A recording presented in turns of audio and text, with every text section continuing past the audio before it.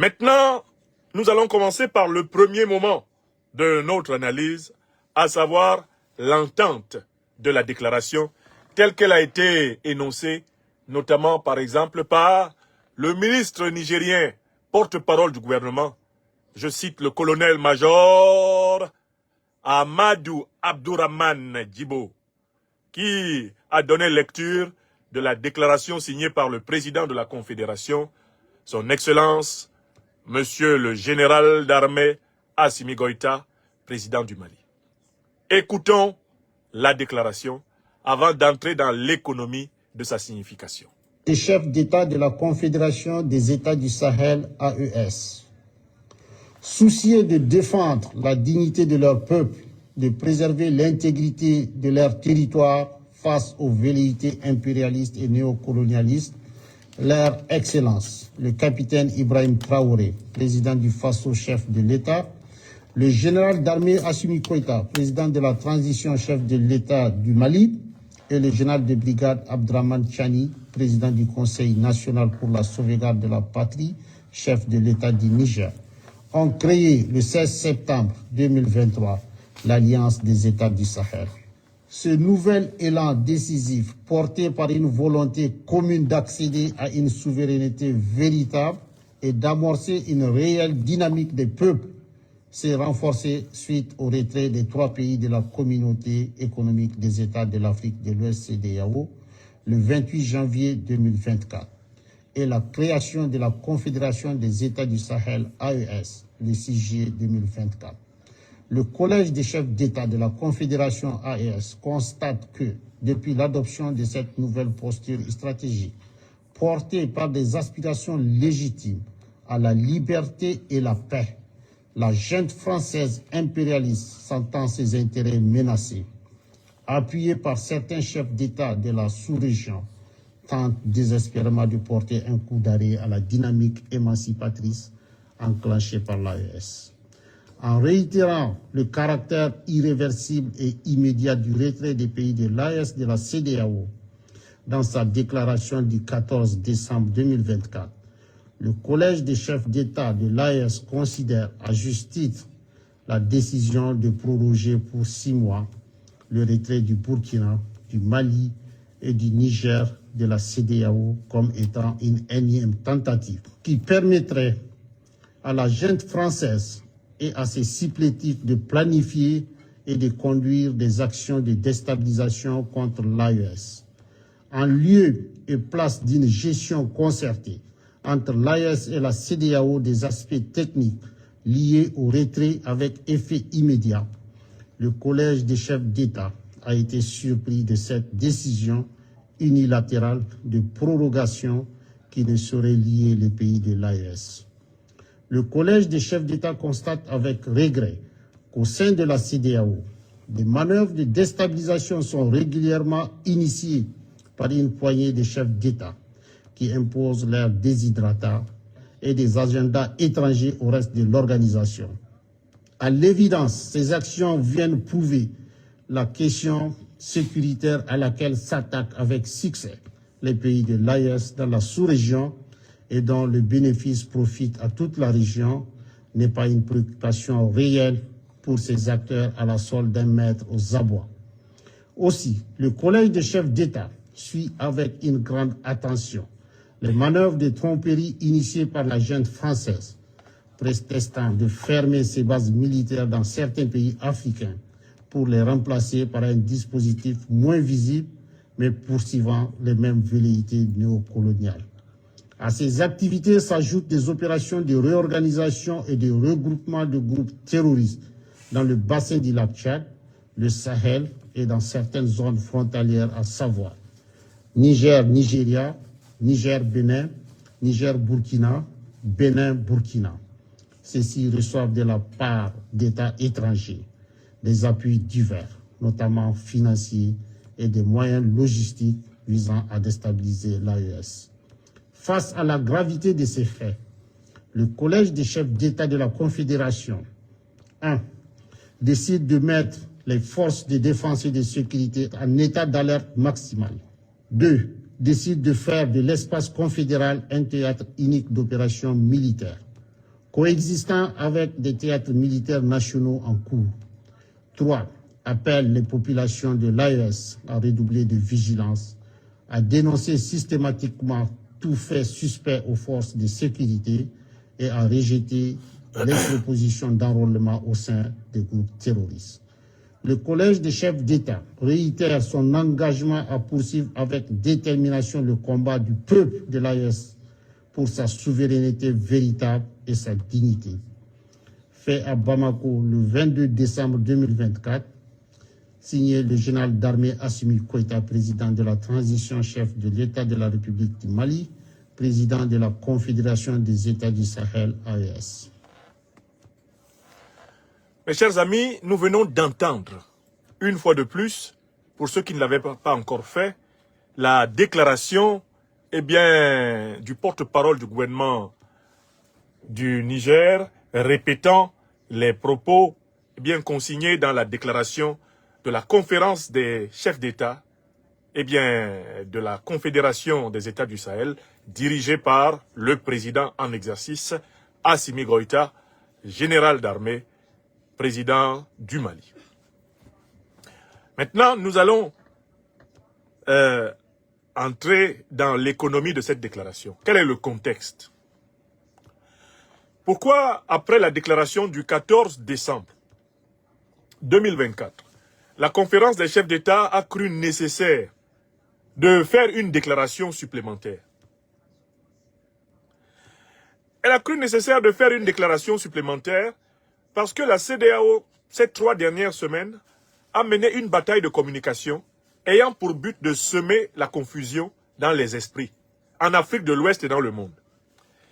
L'objectif de la bataille de la communication et de la bataille diplomatique de la CEDEAO, c'était de faire croire qu'en droit et en fait, la Confédération des États du Sahel, et plus précisément en tout cas le Mali, le Burkina Faso et le Niger, appartenaient encore à la CEDEAO au moment où nous parlons.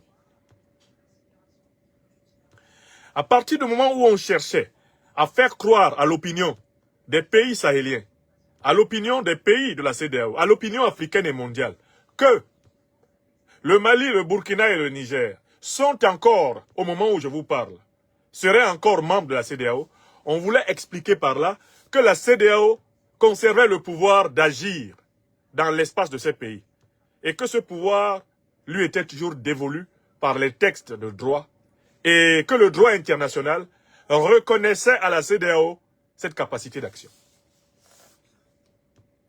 Donc les dirigeants de l'AES ont bien compris que la CEDEAO voulait brouiller le message qu'ils ont émis justement en début d'année, quand ils ont décidé de quitter l'AES en janvier passé. Quand ils ont décidé de quitter la CEDEAO en janvier passé, quand ils ont dit « Nous ne sommes plus membres de la CEDEAO ». À l'origine, la déclaration de janvier 2024 de sortie de la CEDEAO était très précise. Elle disait qu'elle était des faits immédiats. En langage politico-juridique, ça veut dire quoi? C'est-à-dire que quand le Mali, le Burkina et le Niger ont dit en fin janvier 2024, qu'ils quittaient la CEDEAO, ils l'ont quitté le jour même. Et ils ont précisé pourquoi ils ne respecteraient pas le texte de la CEDEAO qui dit qu'il faut la quitter après un délai d'1 an. Ils ont dit qu'ils ne respecteraient pas ce texte parce que la CEDEAO elle-même ne respectait plus ses propres textes. On n'a pas à être tenu par le respect des textes d'une organisation qui ne respecte pas ses propres textes. En janvier 2024, le Mali, le Burkina Faso et le Niger ont précisé qu'ils ne respecteraient pas le fameux délai d'1 an prévu par les textes de la CEDEAO. Pour la simple et bonne raison que la CEDEAO elle-même, à travers ses sanctions illégales, illégitimes, criminelles, inhumaines, contre le Mali, le Burkina et le Niger, la CEDEAO avait rompu ces textes.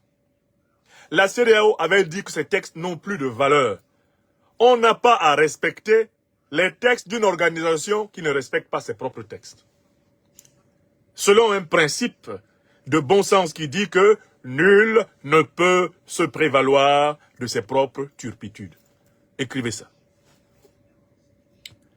Tu ne peux pas dire, moi j'ai le droit de brûler ma propre maison et demander aux autres de respecter ta maison.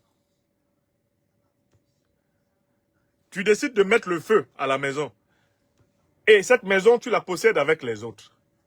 Toi tu mets le feu à la maison brûle. Et quand les autres disent, nous on n'est plus de cette maison, tu leur dis non, je vous oblige à rester de cette maison parce qu'à la base cette maison nous appartient ensemble. Vous devez rester et mourir avec moi. C'est-à-dire que tu veux le beurre et l'argent du beurre. Et par-dessus tout, même en plus, tu veux la crémière et même la fermière. Donc, à partir du moment où l'AES s'est rendu compte que la CEDEAO voulait semer la confusion sur son message originel de janvier 2024, lorsqu'elle quittait la CEDEAO, l'AES a compris qu'il y avait un plan derrière. Et ça n'a pas manqué. La CEDEAO est sortie, quelque temps après, pour se donner à elle-même, de manière unilatérale, un délai de 6 mois.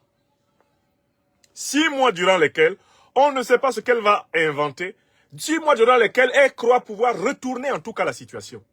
C'est-à-dire ramener, en fait, de gré ou de force, les États qui forment aujourd'hui l'AES dans la CEDEAO. Voilà le contexte dans lequel la déclaration a été écrite. C'est un contexte où, en fait, l'Alliance des États du Sahel s'est sentie attaquée sur le plan médiatique et diplomatique et a senti que la confusion qui était semée avait pour but de préparer autre chose. Et c'est de cette autre chose qu'il est question, justement, dans la déclaration du 22 décembre. Dans la déclaration que nous allons analyser, ligne par ligne, l'AES nous détaille tout le plan de déstabilisation de son espace par la CEDEAO. On va donc aller dans le document ligne par ligne maintenant, mais vous connaissez le rituel avec votre serviteur. Je voudrais poser en Mondovision une question préalable à mes amis que vous êtes. À vous qui me suivez, qui me lisez, qui m'entendez, qui m'écoutez sur les réseaux sociaux. Quand j'ai appris que la CEDEAO prolongeait de 6 mois le soi-disant délai de départ du Mali, du Burkina et du Niger de son sein, quand j'ai appris cela, est-ce que je suis venu ici vous dire que la CEDEAO se donnait le temps nécessaire pour déstabiliser l'AES? Que ces 6 mois n'étaient rien d'autre en réalité qu'une fenêtre de tir pour pouvoir mieux organiser les activités de déstabilisation décidées en très haut lieu dans la CEDEAO, avec le soutien des néocolonialistes et des impérialistes. Est-ce que je suis venu dire ça ici le même soir? Est-ce que vous vous souvenez de mes conférences dans lesquelles j'ai expliqué la nouvelle stratégie de la CEDEAO contre l'AES? N'ai-je pas ici, en Mondovision, appelé nos dirigeants de l'AES à prendre acte du fait que la CEDEAO, n'a pas renoncé à les attaquer, à les renverser, mais qu'elle a décidé de les contourner pour les surprendre et les frapper mortellement. J'ai donné une conférence détaillée sur ce sujet, consacrée au nouveau plan de la CEDEAO. Oui ou non? Ok. Troisièmement, est-ce que j'ai donné des conférences ici pour expliquer à notre peuple que le retrait des troupes néocolonialistes, quand c'est un retrait qui est forcé, qui est contraint, qui est obligé, s'accompagne de la part de ces troupes de la mise en place d'un nouveau plan. Ce sont des troupes qui au départ étaient visibles et le néocolonialisme et l'impérialisme ont décidé de reconvertir leurs anciennes troupes visibles en des troupes militaires invisibles, c'est-à-dire à travers des compagnies de sécurité, à travers des compagnies de mercenaires. Et j'avais insisté ici dans plusieurs conférences sur la révélation, très imprudente, il faut le dire, du général Didier Castres, qui était auditionné au Parlement français et qui a dit que la bonne stratégie était de reconvertir les troupes officielles en troupes officieuses, les troupes visibles en troupes invisibles, à travers les compagnies militaires de sécurité, en fait à travers donc les compagnies de mercenaires. Il était possible de maintenir une présence militaire françaises, européennes, occidentales en Afrique, qui seraient plus efficaces parce que invisibles et qui seraient capables de reconquérir les zones d'influence perdues par l'occupation militaire visible. Est-ce que vous vous souvenez de l'analyse que nous fîmes, de cette révélation du mois de février 2024 par l'ancien chef d'état-major adjoint de l'armée française, le général Didier Castres, auditionné ici au Parlement en France. Vous vous en souvenez ou pas? Oui, très bien.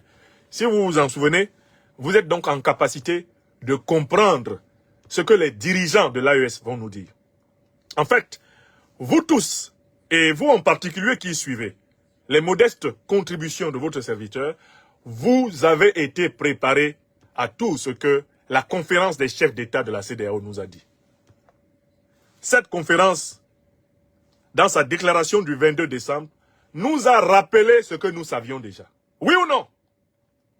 Celui qui dit qu'il ne savait pas cela est soit quelqu'un qui n'est pas assidu dans l'écoute des analyses que nous proposons, soit quelqu'un qui lui-même ne fait pas assez d'efforts de recherche d'informations, soit quelqu'un qui est de mauvaise foi. Est-ce que c'est clair? Votre serviteur publiait, par exemple, le 14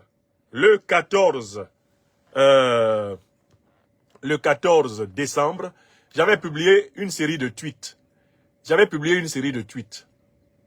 Et je voudrais ici vous en lire un extrait. J'ai publié ceci exactement le 15 décembre à 20h44. J'ai dit, urgent, la CEDEAO, en bonne entente avec ses tuteurs néocolonialistes et impérialistes, se donne 6 mois pour déstabiliser l'AES. Ça, je l'ai publié le 15 décembre 2024. N'est-ce pas? Et j'ai donné des conférences où j'ai détaillé les preuves que c'est ce que la CEDEAO va faire. D'accord? Donc vous voyez que la science politique africaine est en convergence avec la direction révolutionnaire panafricaniste. Quand la science émancipatrice est en convergence avec la vision des dirigeants révolutionnaires panafricanistes, le continent avance. Le continent a de la chance. Quand on a des dirigeants qui mènent une politique de vérité, une politique basée sur la connaissance, une politique basée sur des faits avérés, une politique qui fait appel à l'intelligence du peuple, non pas une politique qui mépriserait l'intelligence du peuple, ou qui viendrait s'affirmer comme tiré d'un chapeau de prestidigitateur, comme un lapin de cirque. Non. Cette politique-là menée par les présidents Goïta, Tiani et Traoré est une politique qui nous touche, qui nous plaît. Pourquoi? Parce que c'est une politique que nous comprenons, qui est faite avec des éléments d'analyse qui sont à la disposition du peuple. Voilà la politique que nous voulons. Celle qui renforce davantage chaque jour l'alliance entre les chefs, l'armée, le peuple. Cette politique est la base de toutes les émancipations authentiques. Elle est la base de toutes les émancipations authentiques. Alors, venons-en maintenant au texte. Emma, tu peux demander à quelqu'un d'éteindre l'horloge là qui sonne. Demande qu'on arrête l'horloge. Ok, c'est bien. Je prends maintenant le texte. Le texte de la déclaration. Nous allons entrer dans son économie, pour ainsi dire, morceau par morceau. Parce que je vous ai d'abord présenté l'allure générale, l'intention générale de ce texte fondamental. Bon, alors, quelles sont les parties qui composent ce texte? On a les 2 premiers paragraphes du texte où, en fait, les 2 premiers paragraphes sont consacrés à faire un rappel. Il s'agit de rappeler à tout le monde les circonstances dans lesquelles est née l'Alliance des États du Sahel, les circonstances dans lesquelles est née la Confédération des États du Sahel. Soucieux de défendre la dignité de leur peuple, de préserver l'intégrité de leur territoire face aux velléités impérialistes et néocolonialistes. Leurs Excellences, le capitaine Ibrahim Traoré, président du Faso, chef de l'État, le général d'armée Assimi Goïta, président de la transition, chef de l'État du Mali, et le général de brigade Abdourahmane Tiani, président du Conseil national pour la sauvegarde de la patrie, ont créé le 16 septembre 2023 l'Alliance des États du Sahel. Le premier paragraphe nous dit quelle est la finalité de l'AES.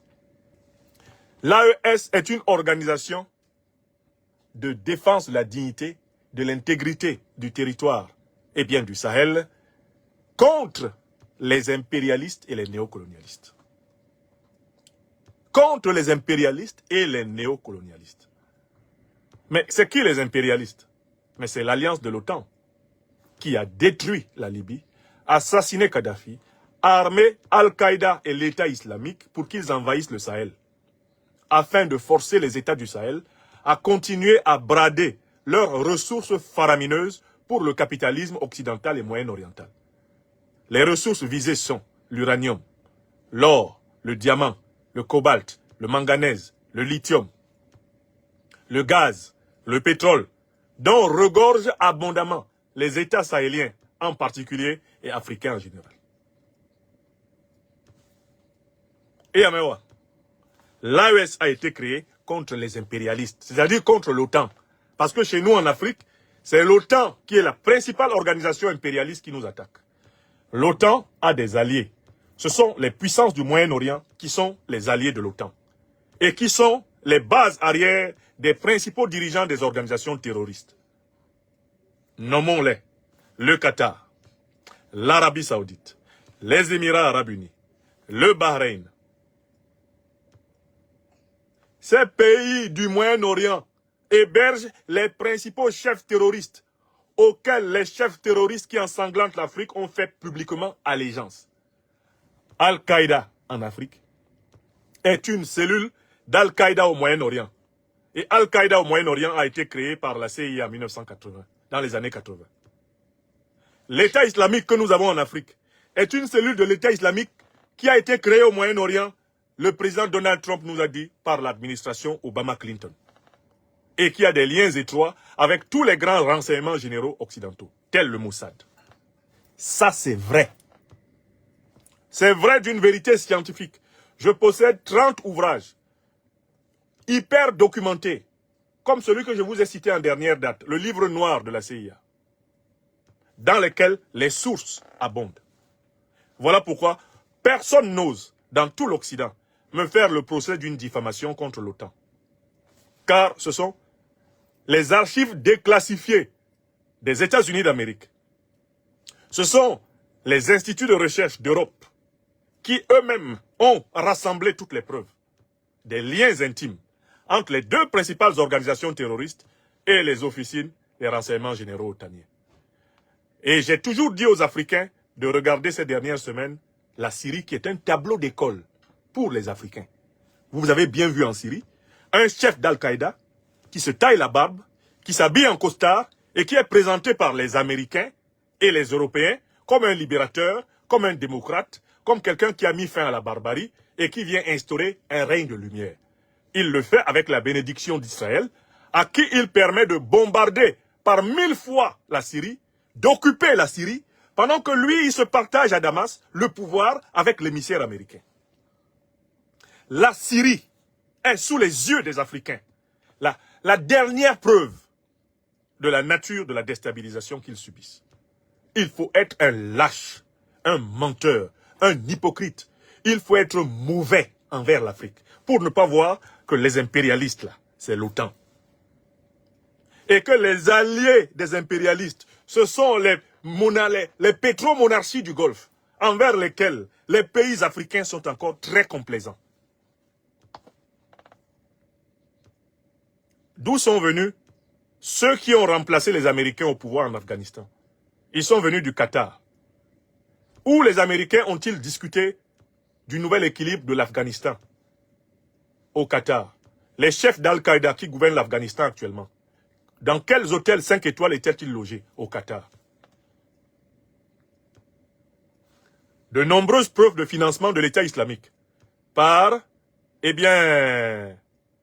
les puissances occidentales existent. Le principal groupe de cimentiers du monde, qui est le groupe français Lafarge, a été condamné à Paris pour avoir financé l'État islamique en Irak et en Syrie. Et je rappelle que dans le conseil d'administration du principal groupe cimentier du monde, on trouvait pendant plusieurs années une certaine madame Hillary Clinton. Quand Donald Trump dit que c'est l'administration Clinton-Obama qui a créé l'État islamique, il le dit parce qu'il a des preuves. Il vient d'être réélu président des États-Unis d'Amérique. Et vous comprenez pourquoi on lui a tiré dessus, pour l'empêcher d'être président. Ce sont les mêmes qui, aujourd'hui, plastronnent publiquement, magnifient et divinisent un terroriste comme chef d'État syrien. Ce sont les mêmes qui, précisément, ont poussé le Mali, le Burkina Faso et le Niger à unir leurs forces pour faire face à leur agression. Elle était partie de la Libye. Et avec les mêmes organisations terroristes qui ont pris le pouvoir en Syrie et en Afghanistan. L'agression s'est faite sous les yeux du monde entier. J'ai écrit un livre qui sort à Bamako dans les prochains jours. L'impérial terrorisme, forme contemporaine de l'agression, de l'impérialisme, du néocolonialisme occidental et moyen-oriental contre l'Afrique, avec les preuves irréfutables de l'agression de l'OTAN contre l'Afrique.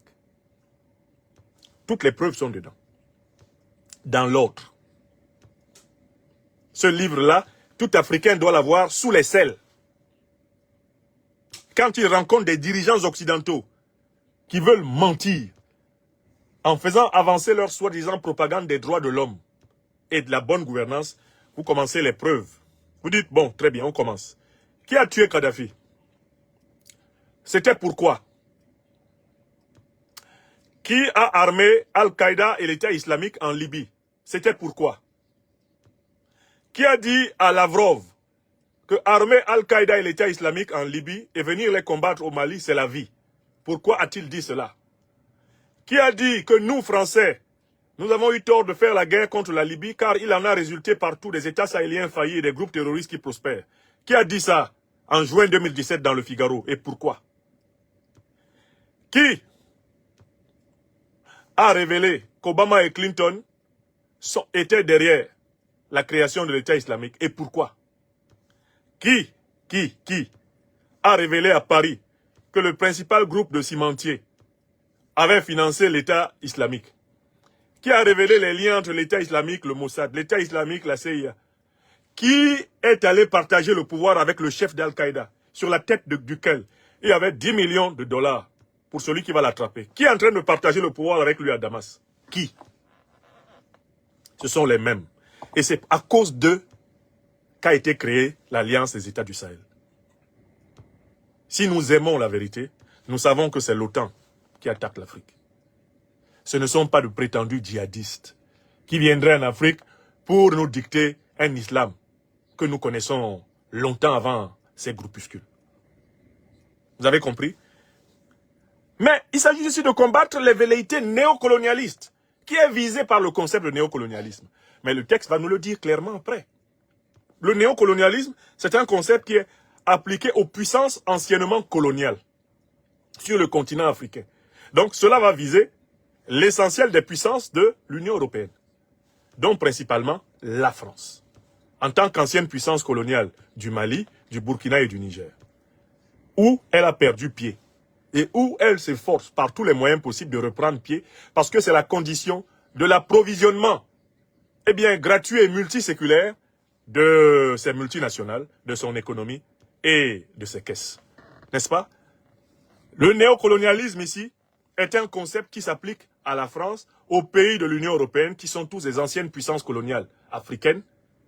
Mais cela s'applique également, bien sûr, à un certain nombre de pays du Moyen-Orient, qui, profitant de l'invasion multiséculaire de l'Égypte noire par, le peuple arabe, a transformé celle-ci à une occasion de considérer l'Afrique noire comme étant une partie subalterne du continent.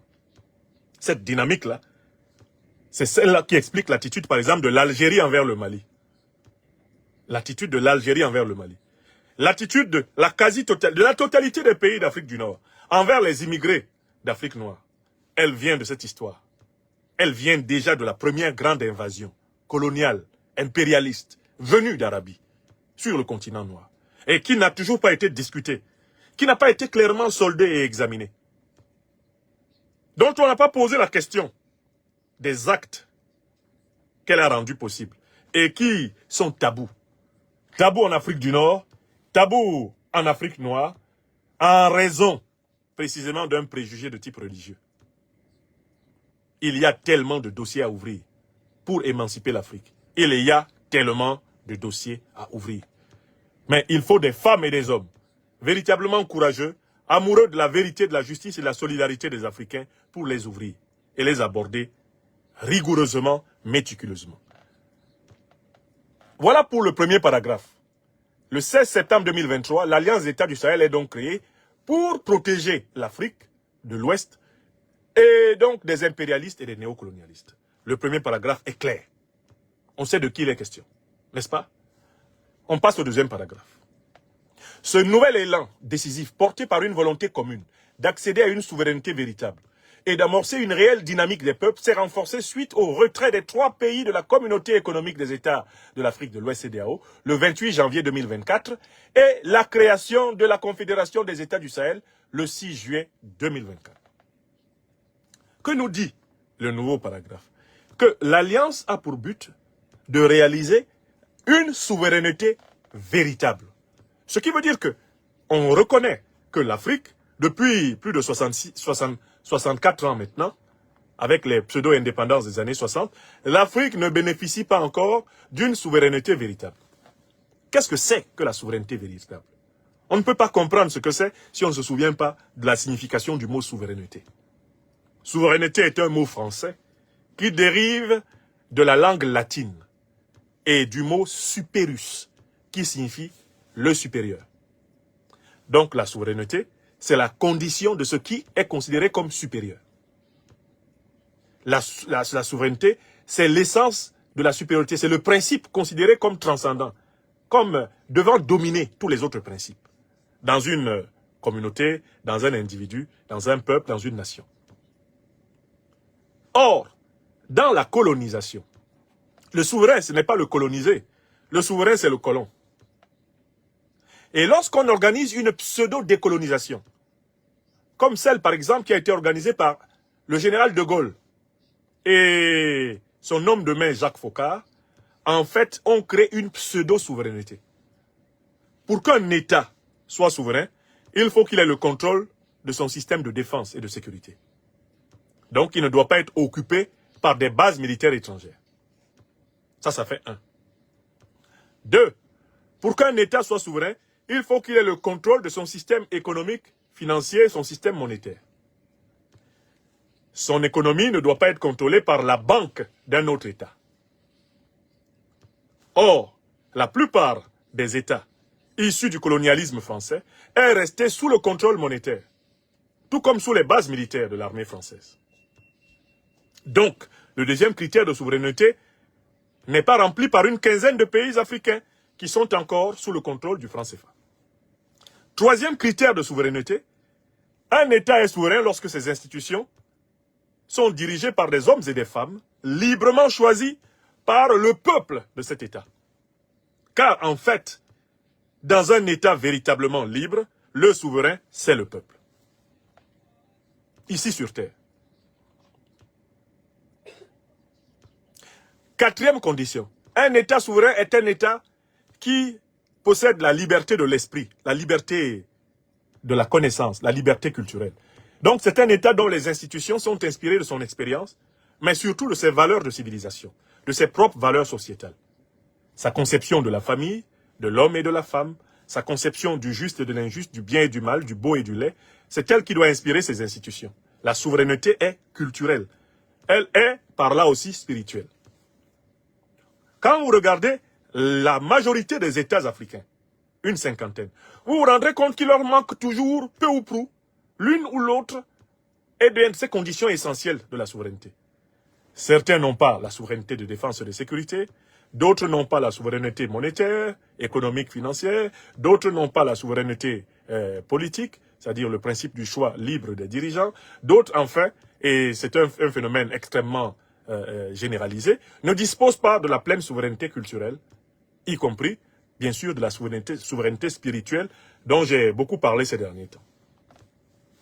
L'Alliance a été créée pour matérialiser la souveraineté, pour passer de la souveraineté de bouche à la souveraineté en acte. Elle a donc été matérialisée pour que l'Afrique se défende elle-même par ses propres forces de défense et de sécurité. Pour que l'Afrique organise son commerce dans le monde sur la base de sa propre monnaie, ses propres monnaies. Pour que l'Afrique choisisse ses dirigeants dans le cadre de processus de désignation endogène. Et enfin, pour que l'Afrique bâtisse ses institutions sur la base de ses propres normes culturelles et non pas de la propagande de la démocratie et des droits de l'homme d'un Occident qui est champion dans l'art de les piétiner depuis qu'il exerce son hégémonie sur la planète. Voilà pourquoi l'Alliance est donc créée et elle progresse vers la Confédération le 6 juillet 2024. Pourquoi vont-ils vers la Confédération? Parce qu'ils ont compris que la souveraineté des micro-États africains est très faible face à des puissances impérialistes et néocolonialistes qui, elles, opèrent en groupe. Regardez quand la puissance française débarque à nouveau avec ses militaires dans le Sahel. Elle fait venir simultanément tous les pays de l'Union européenne. Elle fait venir les Américains. N'est-ce pas? Elle fait venir les Américains. Elle fait venir tous ses alliés. Comme dans un rituel de possession démoniaque, quand il y a un démon qui entre, il appelle ses frères. Il en appelle 7. Les 7 qui entrent en appellent 7 autres. Les 7 autres qui entrent, ça devient exponentiel. Le démon ne vient jamais seul. Il vient en colonie. Les ennuis volent en escadrille. Donc, un pays africain seul ne peut pas efficacement affronter les néocolonialistes et les impérialistes qui, eux, viennent en groupe. Ils sont rassemblés dans l'OTAN. Ils sont rassemblés dans l'Union européenne. Ils sont rassemblés dans le FMI, rassemblés dans la Banque mondiale pour nous attaquer. Nous, Africains, nous ne pouvons pas faire face sans nous rassembler. Voilà pourquoi les Maliens, les Burkinabés et les Nigériens ont compris la nécessité de l'alliance, la nécessité de la confédération, et ils travaillent actuellement pour aller vers la fédération. Tout ça, c'est pour faire face aux problèmes qui se posent. On passe au 3e paragraphe. Le collège des chefs d'État de la Confédération constate que depuis l'adoption de cette nouvelle posture stratégique portée par les aspirations légitimes à la liberté et à la paix, la junte française impérialiste, sentant ses intérêts menacés, appuyée par certains chefs d'État de la sous-région, tente désespérément de porter un coup d'arrêt à la dynamique émancipatrice enclenchée par l'AES. Ça, ce 3e paragraphe nous amène plus loin dans la compréhension du rapport de force actuel. D'abord, il est question de l'idée de nouvelle posture stratégique. C'est quoi la nouvelle posture stratégique incarnée par l'AES? Elle consiste à ne pas combattre le terrorisme en s'appuyant sur les alliances néocolonialistes et impérialistes qui l'ont fait venir. Je recommence.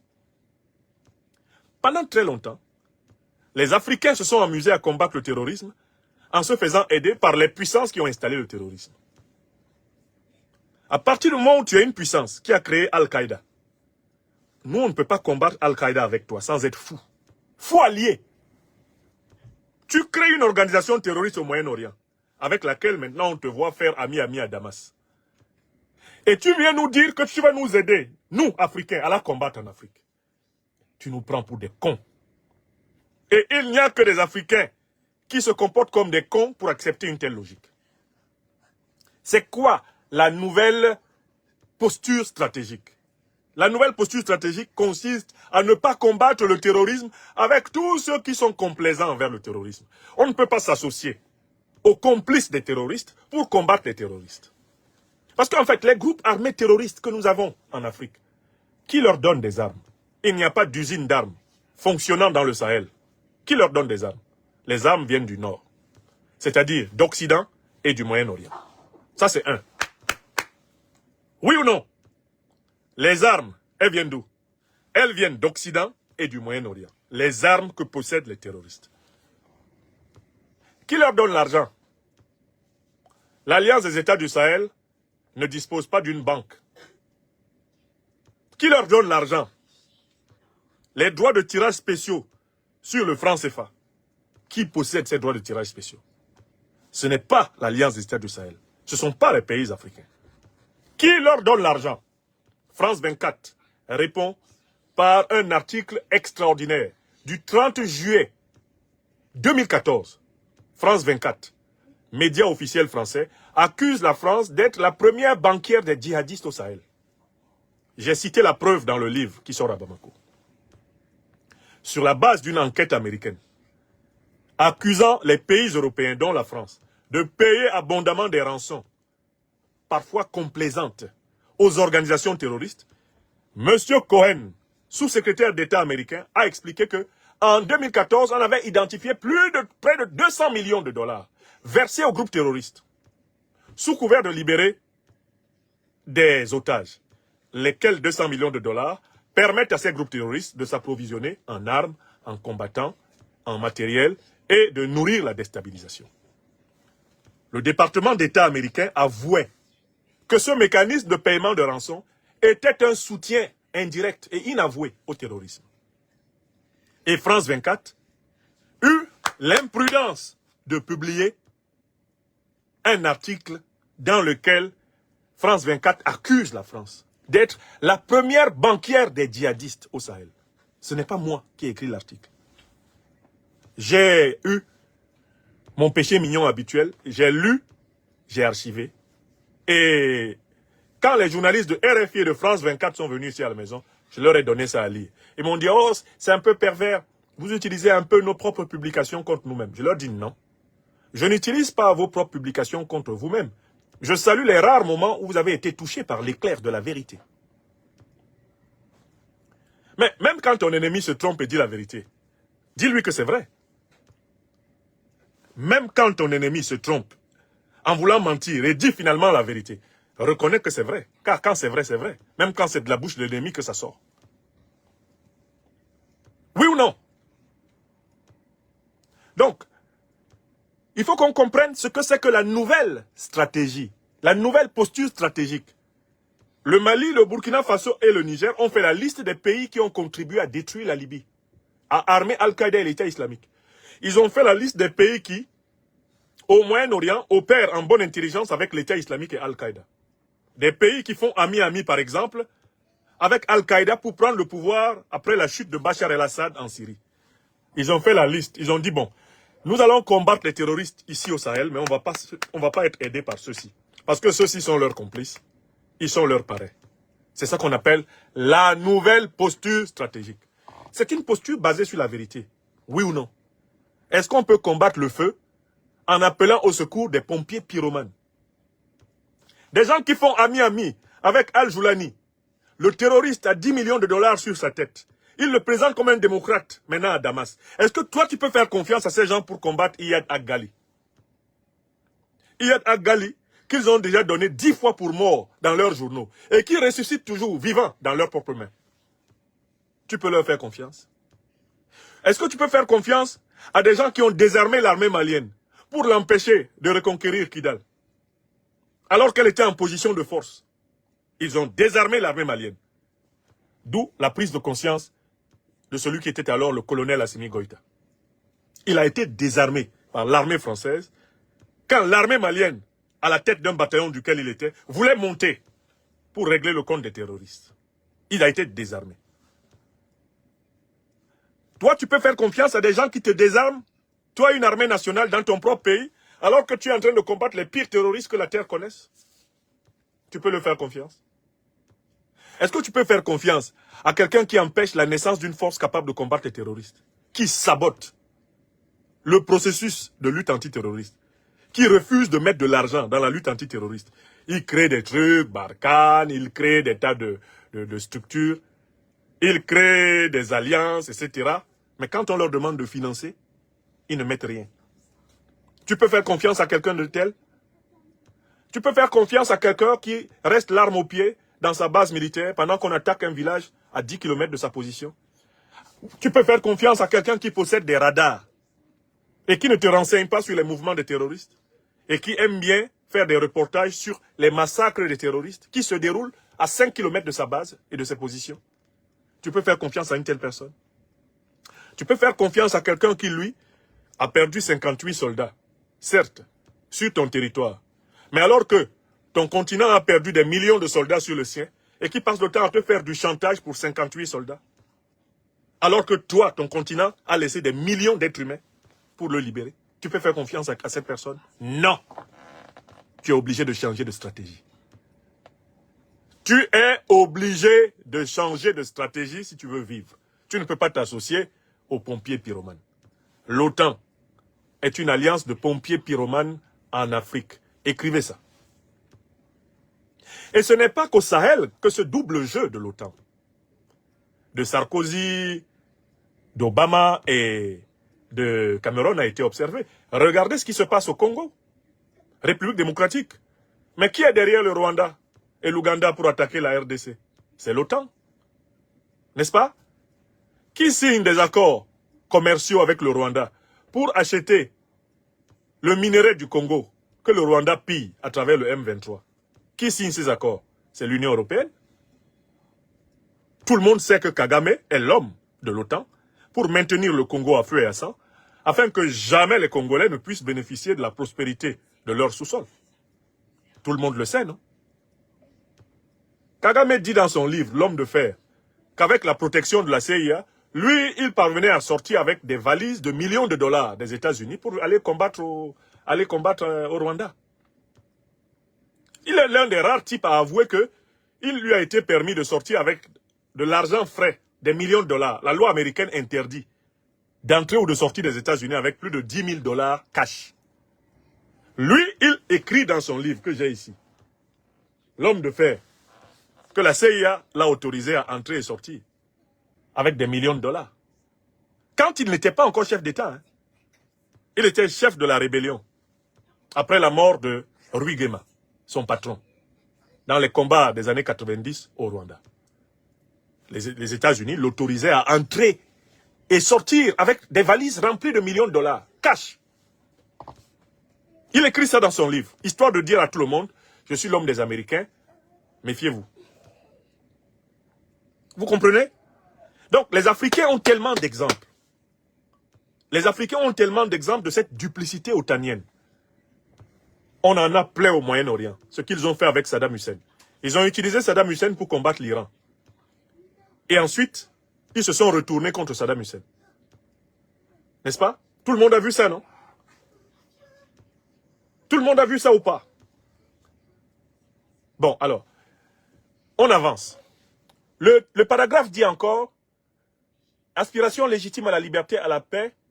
Alors, la junte française impérialiste sentant ses intérêts menacés. On peut se poser la question ici, mais pourquoi l'AES appelle la République française, Emma, tu commences à me déranger, s'il te plaît. Pourquoi l'AES appelle la République française la junte française? La junte française impérialiste. Pourquoi l'AES appelle ainsi la République française? D'abord parce que les officiels de la République française ont pris l'habitude d'appeler tous les dirigeants de l'AES la junte, la junte, la junte. C'est un échange de bons procédés. C'est un retour à l'envoyeur. Ils font ça pour l'AES, alors que pour d'autres pays où les militaires ont pris le pouvoir par coup d'État, ils n'utilisent pas cette expression. Ils parlent comme ça quand ils parlent d'Assimi Goïta, quand ils parlent d'Ibrahim Traoré, ou quand ils parlent d'Abdourahmane Tchani. Mais quand ils parlent d'Oligui Nguema, ils ne disent pas la junte. Quand ils parlent de Mahamat Idriss Déby Itno, ils ne disaient pas la junte. Ça va revenir là. Maintenant qu'ils sont en bisbille avec Mahamat Idriss Déby Itno, vous allez voir, leur langage va changer. Quand ils parlent des dictatures, de fraudeurs aux élections, de truqueurs d'élections, de violeurs de constitution qu'ils ont soutenus, depuis des décennies, ils n'utilisent pas des expressions infamantes. Ils ont choisi d'utiliser l'expression la junte, la junte, la junte, pour, en quelque sorte, mépriser, pour diaboliser, pour discréditer les États, les révolutions panafricanistes du Sahel. N'est-ce pas? Donc d'abord, ça c'est un retour à l'envoyeur. Ça s'appelle tu tapes, je rends. Mais cette expression de junte, elle renvoie aussi au fait que les Africains savent comment est née la 5e République française. Parce que quand vous vous empressez d'utiliser des concepts infamants pour décrire les processus historiques des autres peuples, n'oubliez pas qu'on connaît votre histoire. Comment est née la 5e République française.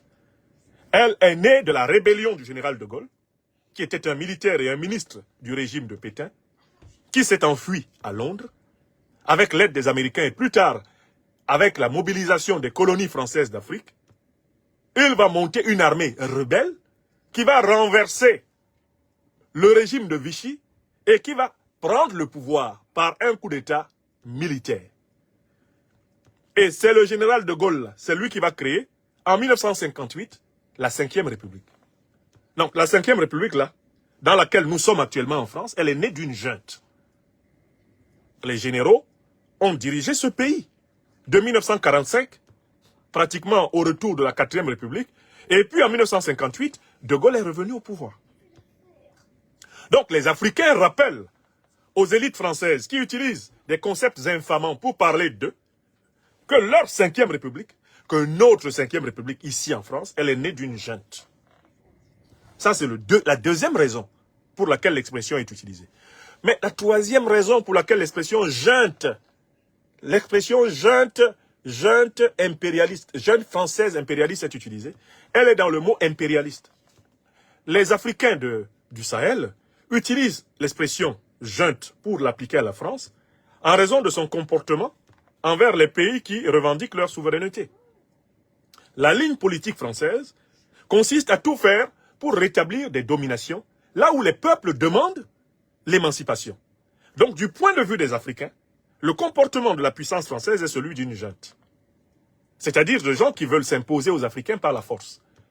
On vous demande pacifiquement de retirer vos bases. On vous demande de supprimer votre monnaie. On vous demande de cesser de vous ingérer dans la désignation de nos dirigeants. On vous demande de cesser de traquer ceux qui aspirent à la renaissance culturelle de notre continent. C'est ce qu'on vous demande. Vous vous dites non. On va se débrouiller pour maintenir des militaires en Afrique, y compris sous forme de mercenaires en civil. Vous dites non. On va inventer un nouveau franc CFA, caché sous le mot éco. Mais on va continuer à contrôler les économies africaines à travers l'éco. Vous dites non. On va faire de l'influence douce.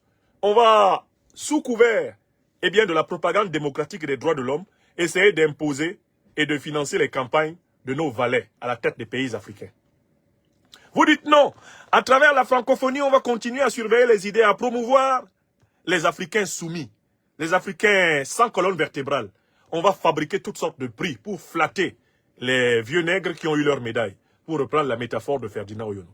Bref, en fait, c'est parce que l'élite politique de gouvernement, aujourd'hui en France, refuse de reconnaître la légitimité des aspirations souverainistes africaines que les Africains renvoient le concept de junte à l'élite politique française.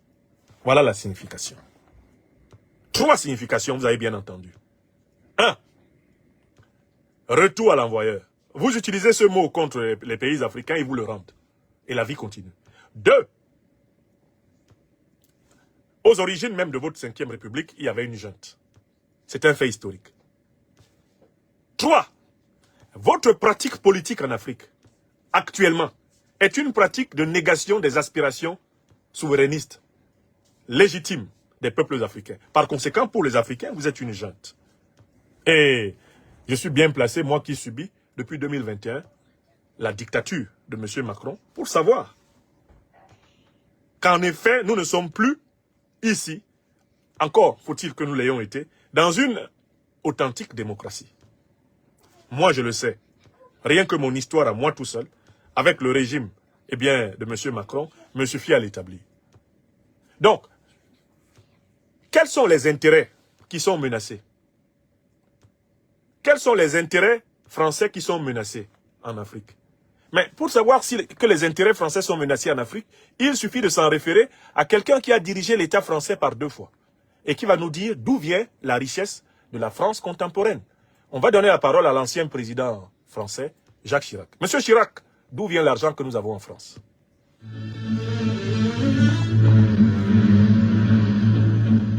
Monsieur Chirac, allez-y. on oublie seulement une chose, Oui. c'est qu'une grande partie de l'argent Oui. qui est dans notre porte-monnaie Oui. vient précisément de l'exploitation depuis des siècles de l'Afrique. Pas uniquement, mais beaucoup viennent de l'exploitation de l'Afrique. Ok. Alors, il faut avoir un petit peu de bon sens, je ne dis pas de générosité, Très bien. de bon sens, Oui. de justice, Très bien. pour rendre aux Africains, Oui. je dirais, ce qu'on leur a pris, d'autant que Tout à fait. c'est nécessaire si l'on veut éviter les pires convulsions ou difficultés avec les conséquences politiques que ça comporte dans le prochain avenir. Alors, j'approuve parfaitement Monsieur Chirac. Je l'approuve complètement. Hein? Ce qu'il dit coule de source. Ce que dit M. Chirac coule de source, n'est-ce pas? On va bloquer 2 ou 3 individus qui bénéficient de nos lumières sans gratitude sur la page TikTok. On les bloque, ok? Qui d'autre parle mal là? On bloque ces individus. Ouais. Cœur blanc, j'ai bien vu qu'il y a des trolls. On va dégager quelques trolls. Modération, soyez beaucoup plus actifs sur les trolls. Soyez actifs sur les trolls. Miko, sois vigilant sur les trolls. Les gens qui disent des bêtises. Et qui sont plus bêtes que leurs pieds. Il faut les bloquer. Alors, quoi, Fabien 18. Ah bon, ouais, c'est fait, on va le bloquer. Fabien 18. Allez au diable. Voilà, c'est fait. Qui d'autre? Qui d'autre trouble la classe? Qui trouble la classe là de l'Afrique des libertés?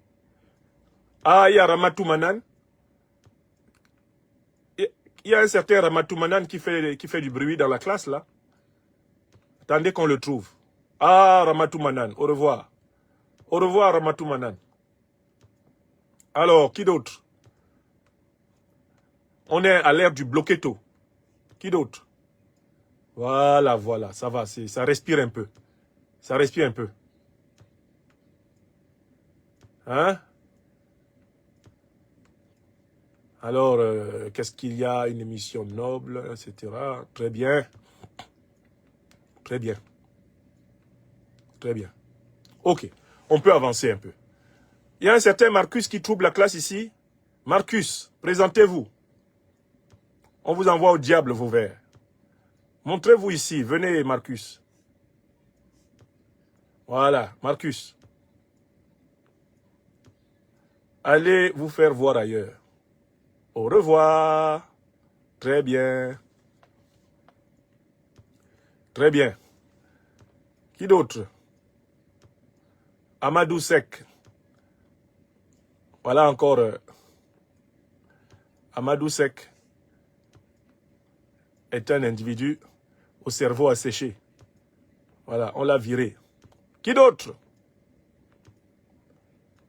On va chercher le fameux Marcus, si ce n'est pas fait.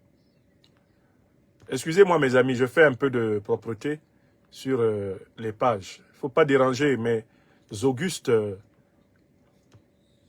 faut pas déranger mes augustes auditeurs. Voilà, très bien. Tout est propre. Tout est propre. Alors, donc je continue l'analyse du texte. J'étais au 3e paragraphe. Donc, c'est parce que la prospérité de la France est conditionnée par l'exploitation de l'Afrique qu'il faut tout faire, côté français, côté élite politique française, j'entends. Il faut tout faire pour renverser Assimi Goïta, renverser Ibrahim Traoré, renverser Abdourahmane Tiani pour reprendre le pillage là où il s'était arrêté. On veut avoir la même mise sur l'uranium, comme on l'a depuis très longtemps, la même mise sur l'or, la même mise sur le manganèse, la même mise sur le coltan, la même mise sur le diamant, la même mise sur le pétrole, la même mise sur le gaz, parce que c'est la condition de la puissance. Au lieu d'engager depuis très longtemps avec les Africains un dialogue, eh bien, de justice, de vérité, de réparation, un dialogue de réconciliation. On veut les obliger à accepter d'être pillés ad vitam aeternam. N'est-ce pas? C'est pour ça qu'on fait cela. Ok, on avance. Monsieur Chirac nous a dit d'où vient la fortune de la France. Il a été président 2 fois en France. Je ne connais pas quelqu'un qui ait plus d'autorité que lui pour reconnaître ce fait. Et ce ne sont pas les coffres forts de la Banque de France qui me démentiront, eux qui détiennent encore aujourd'hui une bonne partie des devises africaines et des réserves d'or prises en Afrique. Ce ne sont pas, eh bien, les villes de Nantes, de Bordeaux, construites avec le sang, eh bien, des esclaves noirs, comme beaucoup d'autres grandes œuvres que nous avons aujourd'hui en France, qui démentiront la conscience historique.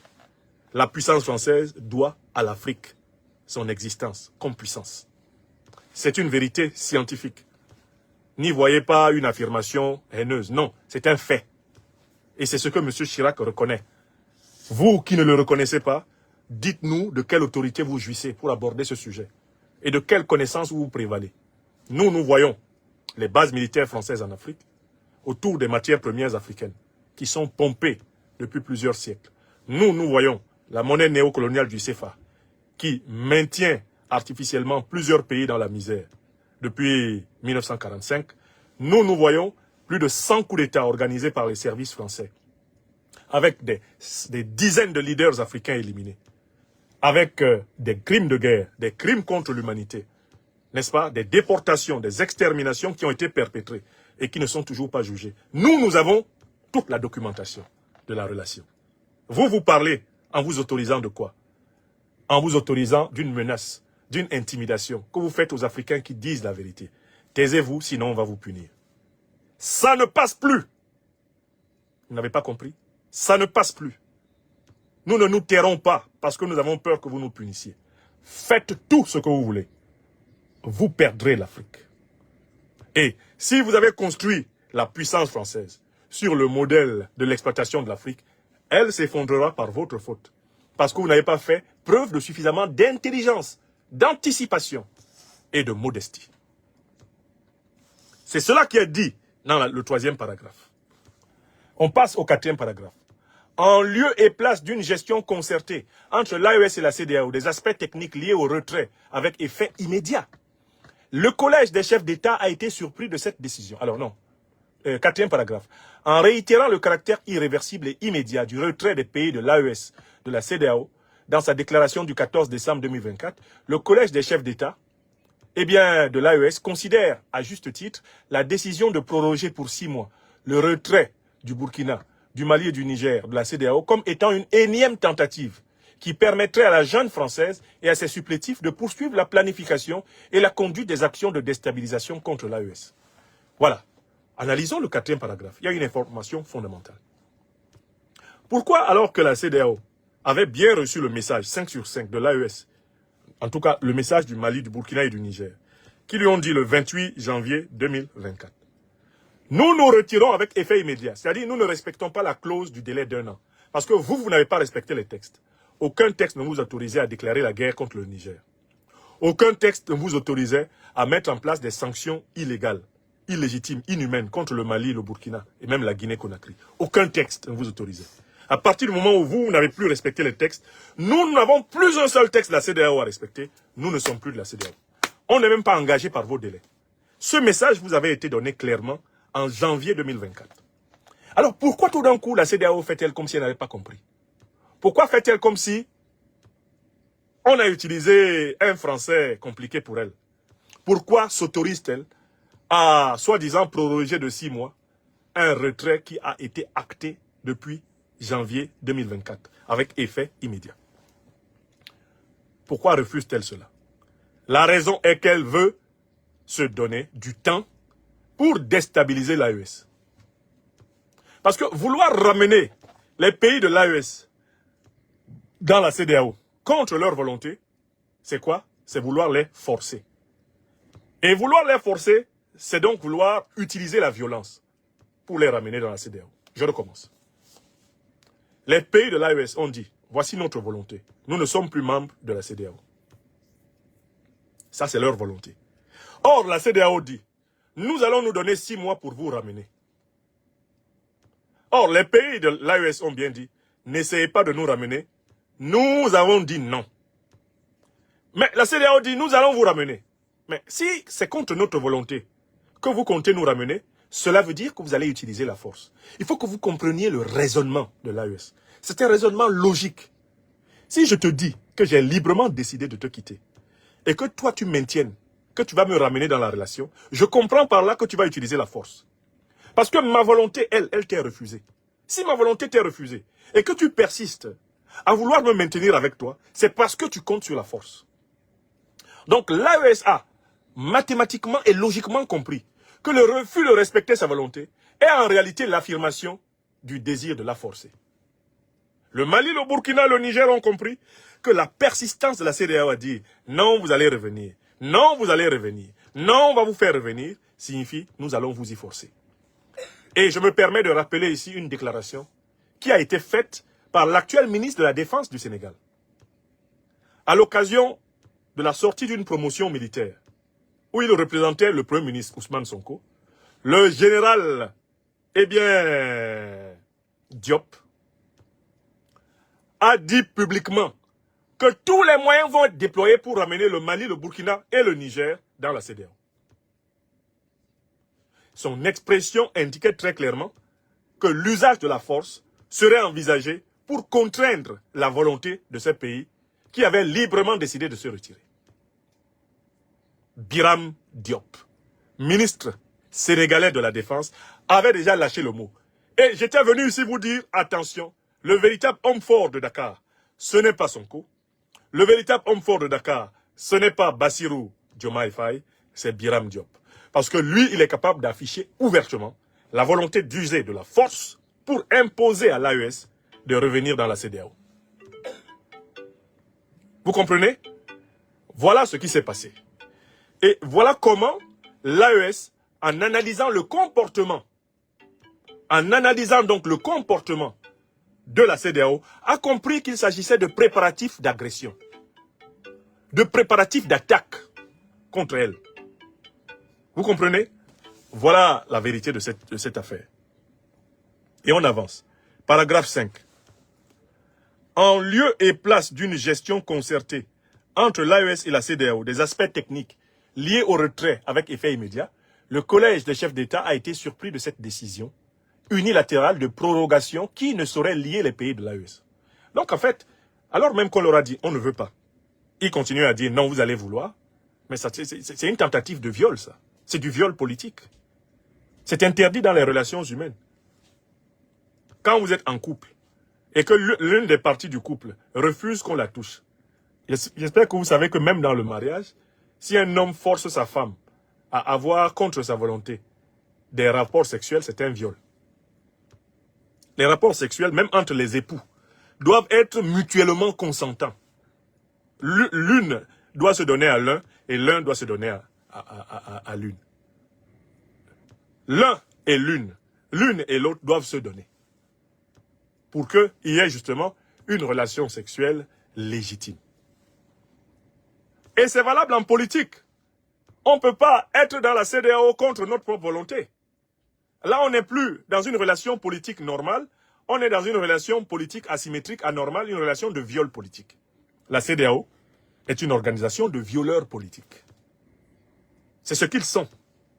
Et voilà pourquoi, en fait, ils sont sous le contrôle des néocolonialistes et des impérialistes, qui sont des violeurs attitrés du droit international, du droit des peuples, du droit des gens. Et cela depuis des siècles. Tout le monde sait les barbaries qu'ils ont perpétrées, de la traite négrière au génocide du XXe siècle et du début du XXIe. Vous avez bien vu ce qui est arrivé au peuple palestinien, au point que même la CPI en soit venue à lancer un mandat d'arrêt international contre le Premier ministre d'Israël, Bibi Netanyahou. Vous avez bien vu, ils ont tué plus de 50 000 Palestiniens sous les yeux du monde entier. Il y a un livre qui vient d'être sorti, là, le livre noir. Eh bien, le livre noir du génocide palestinien. Je vous invite à lire ce livre et à voir comment les soi-disant grandes puissances démocratiques, droits de l'hommiste, etc. se sont comportés pendant qu'Israël massacrait, et continue d'ailleurs à massacrer le peuple palestinien. Il y a eu plus de 500 bombardements contre la Syrie, depuis que Bachar el-Assad est tombé. On disait que Bachar el-Assad était le problème. Il quitte Damas, il quitte le pouvoir. Là, on bombarde encore plus la Syrie. Vous avez vu tout ça sur le tableau blanc de l'école de géopolitique internationale qu'est la crise syrienne. Alors, revenons ici au texte. La prorogation n'est rien d'autre qu'une lucarne que se donnent les dirigeants de la CEDEAO pour pouvoir faire ce que Biram Diop a dit. Forcer le Mali, le Burkina et le Niger à être membres de la CEDEAO. Forcer. Trouver tous les moyens possibles pour les ramener. Et je vous rappelle que, une fois de plus, qui a été désigné pour mener à bien cette mission? Qui a été envoyé comme mouton du sacrifice dans cette affaire? Le chef des aventuriers ambigus de Dakar, comme je l'appelle à juste titre, Bassirou Diomaye Faye. Son ministre de la Défense dit: nous allons trouver tous les moyens pour ramener le Mali, le Burkina et le Niger dans la CEDEAO. Et lui, il est chargé par la CEDEAO de gérer le fameux délai de 6 mois. C'est-à-dire, en fait, de patronner, d'être le lieu d'organisation de la déstabilisation du territoire de l'Alliance des États du Sahel. Puisque le Mali, le Burkina et le Niger vous ont clairement dit qu'ils ne veulent pas de la CEDEAO. Et que c'est sans retour. La CEDEAO peut crever, c'est son problème à elle. Le Mali, le Burkina et le Niger n'y reviendront plus. Voilà ce qui vous a été dit. Donc la seule chance que le Mali, le Burkina et le Niger soient ramenés, en effet, dans la CEDEAO, c'est que ces pays ne soient plus dirigés par les présidents Assimi Goïta, l'élite panafricaniste révolutionnaire du Mali, Ibrahim Traoré, donc l'élite panafricaniste révolutionnaire du Burkina Faso, Abdourahmane Tiani, donc l'élite panafricaniste révolutionnaire du Niger.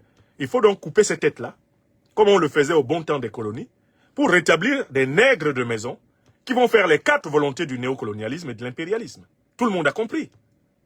C'est ce que les dirigeants nous expliquent là. La conférence des chefs d'État nous explique clairement.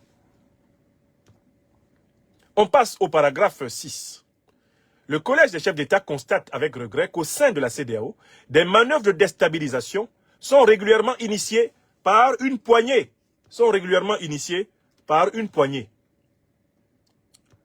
Elles sont régulièrement initiées par une poignée de chefs d'État qui imposent leurs desiderata et des agendas étrangers au reste de l'organisation. Quelle est la poignée en question? Ici, les chefs d'État de l'AES nous donnent un renseignement important. Ils distinguent 2 catégories de chefs d'État à l'intérieur de la CEDEAO. Ceux qui sont zélés pour appliquer les instructions du néocolonialisme français et de l'impérialisme otanien, et ceux qui sont modérés, moins zélés. C'est une manière, là, de distinguer par exemple le Togo de la Côte d'Ivoire de Ouattara, du Bénin de Talon ou du Nigeria de Tinubu, qui sont très chauds dans tout ce qui est de nature à nuire à l'AES, n'est-ce pas? Les dirigeants de l'AES essayent de montrer qu'ils ont tout à fait conscience qu'il n'y a pas une entente parfaite entre tous les dirigeants de la CEDEAO. Le Togo, par exemple, ne s'est pas comporté envers la CEDEAO comme se comporte la Côte d'Ivoire de Ouattara, le Bénin de Talon ou le Nigeria de Tinubu. Certes, il était très offensif au départ, Umaro Sissoko Embalo, mais on l'entend moins. Quant aux dirigeants du Libéria et de la Gambie, on les entend vraiment très peu. Leur voix ne perce pas dans cette affaire. Il y a la Guinée-Conakry, dont l'attitude n'est pas la même que celle de la Côte d'Ivoire de Ouattara, celle du Bénin de Talon ou celle du Nigeria de Tinubu. Donc, la Confédération des chefs d'État de l'AES nous dit déjà, la CEDEAO même que vous voyez là, elle est divisée. Nous, on est parti de la CEDEAO. Mais ce qui reste de la CEDEAO là, c'est un monstre en miettes. Ils ne sont pas d'accord entre eux-mêmes. Et nous savons que tous les chefs d'État ne sont pas dans la même disposition d'esprit que Ouattara Draman, le satrape reptilien venu de Sendou pour troubler la paix des Ivoiriens, et ayant renié notre belle terre burkinabé de Sendou, pour tenter de troubler toute l'Afrique, avant d'être incessamment dégagé. Tout le monde n'est pas avec Tinubu, le grand valet de l'OTAN, Tinubu, qui vient recevoir ses ordres au sommet de la néocolonie, et qui, ayant sa main dans la bouche des Américains, puisqu'il est trempés dans des affaires de faux diplômes et de drogue chez eux, fait leurs 4 volontés. Tout le monde n'est pas dans la même situation qu'Alassane Draman Ouattara. Un dirigeant profondément illégitime et qui a maille à partir avec un peuple qui souffre le martyre sous lui depuis 1989. Vous comprenez? Tout le monde, eh bien, n'est pas dans la situation, par exemple, de Patrice Talon, qui a amené l'armée rwandaise pour assurer sa sécurité, parce qu'il a peur du peuple béninois et de l'armée béninoise. Et par conséquent, qui est en danger. Et qui est un danger pour la paix. Oh, qui est un danger pour la paix. Oh. Qui est un danger pour la paix. Oui, Vincent M. Je vais vous donner la possibilité d'aller vous faire voir ailleurs. Très bien. C'est fait. Au revoir, Vincent M. Allez vous vautrer chez le diable Vauvert. Chez qui vous avez votre place. Donnez-moi les noms des troubleurs. Qui trouble encore une classe là? Côté TikTok, mes amis. Encore un tour de partage de cette émission. Apparemment, ça leur fait mal. L'eau bénite du serviteur de l'Afrique des libertés est en train de provoquer des convulsions chez les diablotins de la France-Afrique. Ils se contorsionnent. Ils sont en train de... Quand je parle, c'est comme le prêtre exorciste verse l'eau bénite. C'est comme les grands prêtres noirs de Madian, en train d'enseigner le chemin de la Mahat à Moïse. Quand je parle, ça pisse dans les frocs, dans toutes les colonnes de la France-Afrique. C'est grave, hein? Tu connaîtras pourtant la vérité et la vérité t'affranchira. Tout ce que je dis là est prouvé. Ouattara Draman est une pure création du néocolonialisme français. Il l'a dit lui-même. Je ne dois rien à personne, sauf à la France. Il l'a dit. Donc lui, c'est vraiment le valet suprême du néocolonialisme français dans la zone. Et puis il est arrivé en Côte d'Ivoire avec un grand mensonge. J'ai gouverné plus de 250 pays. Oui, chou. Presque 300 pays, chou. C'est un agent du surendettement de l'Afrique. Pour lui, faire de l'économie, c'est emprunter l'argent au FMI, à la Banque mondiale, et faire rembourser des générations futures, pendant que lui, il sera mort.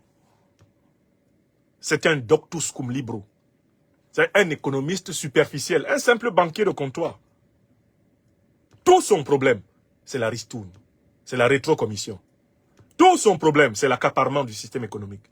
Pour le reste, il organise des chantiers superficiels, des chantiers de façade, qui sont en réalité des pompes à sous.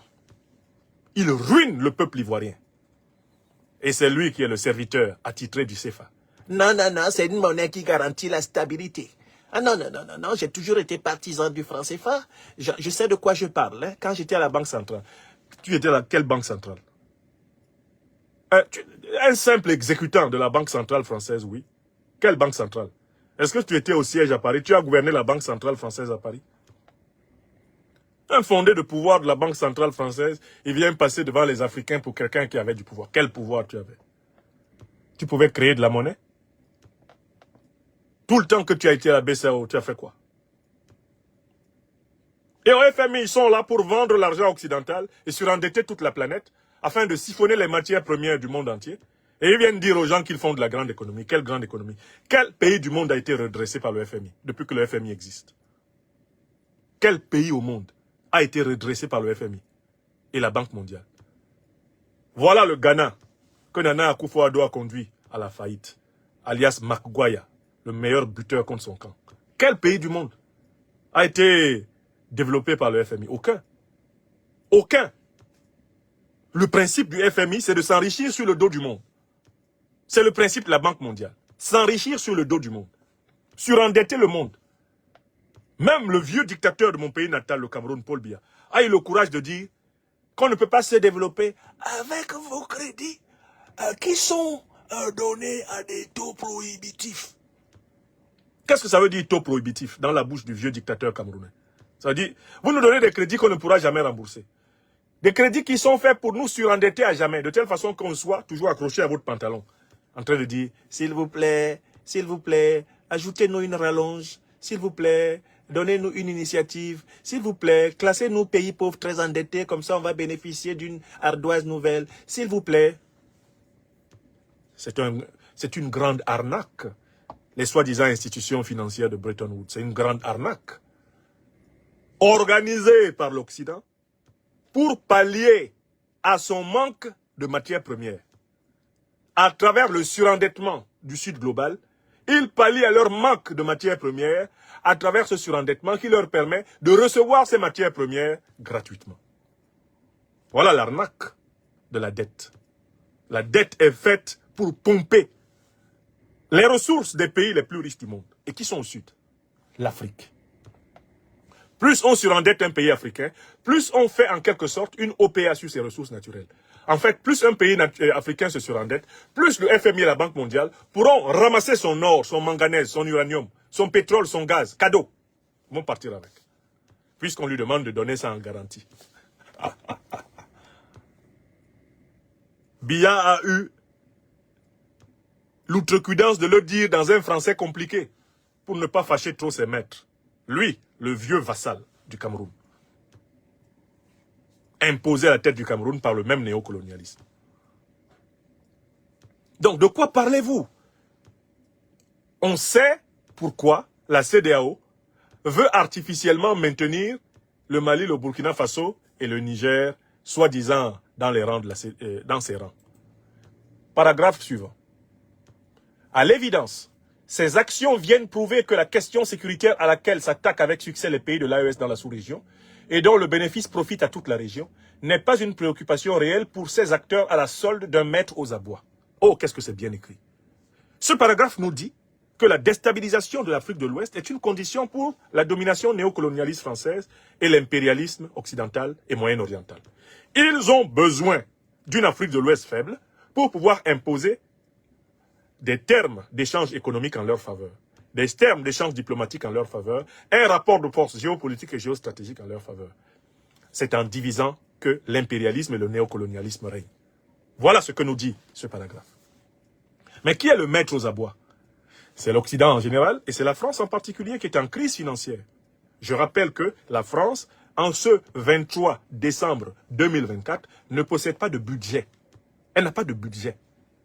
La France a vu sa note financière internationale abaissée par l'organe d'évaluation Moody's. Elle n'est plus crédible pour emprunter, comme elle l'était dans le passé, dans le marché financier international. La France est confrontée à une crise de la dépense publique qui s'est traduite par son incapacité à protéger le peuple de Mayotte contre un petit cyclone de passage. Vous avez vu l'impuissance de la France dans les cris des Mahorais qui n'avaient pas d'eau à boire. Vous avez compris que elle n'est même plus capable de protéger ses populations, la puissance. Elle est en train de s'effondrer. La crise de Mayotte l'a montré. La crise de Mayotte le montre. Et la faiblesse de la voix de la France dans le jeu politique international a été bien décrite par Dominique de Villepin, l'ancien ministre des Affaires étrangères de Jacques Chirac, qui a demandé à M. Macron de démissionner. Tout comme la France insoumise lui demande de démissionner. Donc quand les États de l'AES disent que le maître est aux abois, ils parlent de la France, qui s'effondre tous les jours davantage, qui glisse littéralement au fond des abîmes, sur le plan diplomatique, sur le plan économique et financier, sur le plan politique. La division n'a jamais été à ce point. Ce soir même, la France pourrait dormir encore sans gouvernement. Et le gouvernement Bayrou qui arrive se prépare à subir une vigoureuse censure. La demande de démission de M. Macron va devenir le thème principal de l'année politique 2025. Il sera appelé à démissionner par presque tous les partis politiques, y compris par les forces vives de la nation française.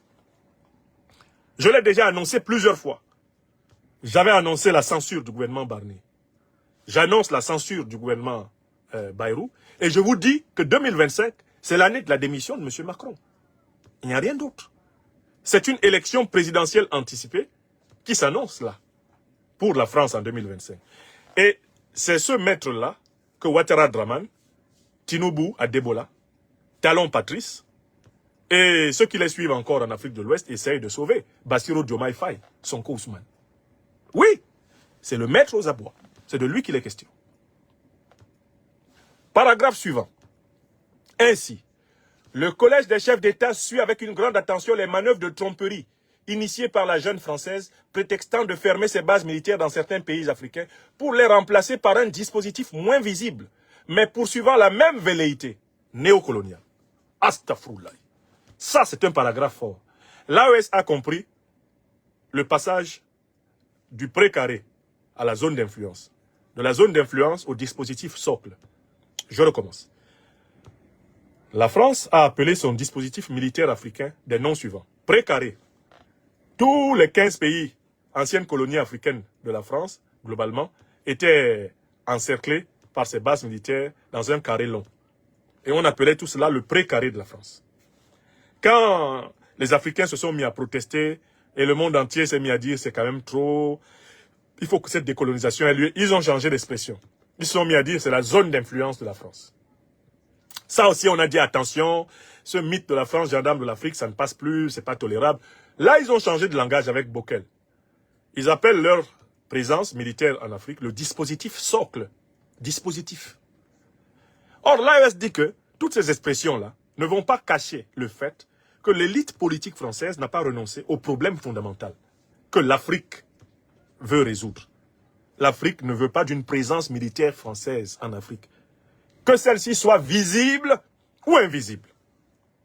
Or, les autorités françaises actuelles, le président Macron et ses compagnons, sont en train de réaménager le dispositif pour maintenir la présence militaire française en Afrique, mais sous une forme invisible, à travers les compagnies militaires de sécurité, à travers les compagnies donc de mercenaires. L'AES dit qu'elle le sait. Qu'elle sait que pendant que le retrait de l'armée française lui est imposé progressivement par tous les pays, parce que sa présence est une honte qui rappelle le temps négrier, le temps colonial, le temps néocolonial qui doivent être démantelés, l'AES affirme en plein jour qu'elle sait que les stratèges français sont en train de reconvertir leurs troupes en troupes invisibles, mais encore plus présentes, encore plus redoutables, par leur invisibilité.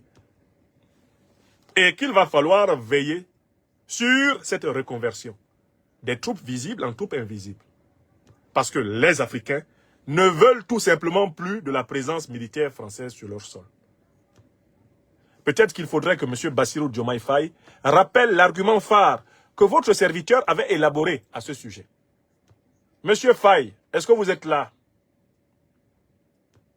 Dans votre dernière tentative de sortir de l'aventure ambiguë, vous avez expliqué, eh bien, pourquoi ça ne serait pas possible. Entre la France et le Sénégal, c'est un nouveau chapitre qui semble s'ouvrir. Ouais. Bassirou Diomaye Faye avait promis, en étant élu, de rétablir la souveraineté de son pays. Ouais. Chez nos confrères de France 2, le président sénégalais prévient, la France va devoir désormais fermer ses bases au Sénégal. Est-ce qu'en tant que Français, vous envisagez de nous voir dans votre pays avec des chars ou avec des véhicules militaires, des militaires sénégalais avec les tenues sénégalaises? Comme ça, parce que sur le plan historique, la France a esclavagisé, a colonisé et est restée. Une annonce qui intervient quelques jours après que Jean-Marie Bockel... Bon, je m'arrête là. C'est Bassirou Diomaye Faye, le président du Sénégal, qui le dit. Mais le message de l'Afrique est encore plus profond. L'Afrique ne veut plus de présence militaire française. Parce que la France n'accepterait pas une présence militaire africaine sur son sol. N'est-ce pas? Mais l'Afrique ne veut même pas une présence militaire discrète. Une présence militaire invisible. Ça, c'est le message de l'AES. Bassirou ne va pas jusqu'à dire, nous ne voulons même pas de vos compagnies militaires de sécurité. Nous ne voulons même pas de vos mercenaires en civil. Nous ne voulons pas d'armées secrètes, d'armées cachées. Ce sera considéré comme de l'espionnage. Et s'ils sont arrêtés, ils seront frappés avec rigueur par les lois de notre pays. Bassirou, qui est incapable même de donner un délai de départ aux troupes françaises et américaines au Sénégal, n'est pas allé jusque-là. C'est pour cela que nous l'avons appelé, du nom du grand personnage du roman, de Cheikh Hamidou Kane, l'aventurier ambigu. Bassirou joue encore à Samba Diallo, avec le cul entre deux chaises. D'un côté, un certain panafricanisme, et de l'autre, eh bien, un certain néocolonialisme. N'est-ce pas? C'est pas encore clair. Pourquoi Bassirou le fait-il? Mais parce que il n'est pas le véritable homme fort de Dakar. Je vous ai expliqué son cas. Il y a derrière lui le général Biram Diop, qui lui dit, je vais ramener de force, de gré ou de force, je vais ramener. En fait, je vais tout faire, hein, il dit, je vais tout faire pour ramener les pays de la CEDEAO. Je vous mettrai sa déclaration, hein, pour être fidèle à ces termes exacts. Nous devons tout faire pour ramener eh bien, le Mali, le Burkina et le Niger dans la CEDEAO. La vraie doctrine qui dirige encore le Sénégal, c'est la doctrine, en fait, néocolonialiste. Bassirou, qui sait qu'il est arrivé au pouvoir grâce au souffle du panafricanisme que Sonko et lui ont su épouser, tactiquement et stratégiquement, il est littéralement en difficulté.